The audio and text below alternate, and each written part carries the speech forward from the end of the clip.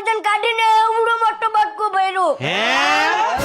હે એ તને ખબર છે હજી ફ્રીજના 4 હપ્તા બાકી છે અને આના હપ્તા અમે સારે ભાઈઓ કેમ ભરી છે મારું મન જાણે છે અને તું ફ્રીજ ખોલ છો શરમ વગરના ને ફટ.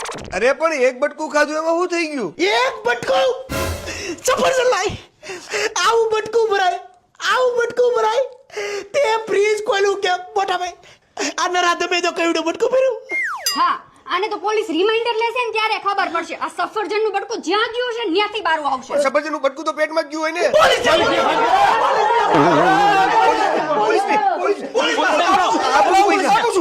પૈસા કેટલા ભાઈ?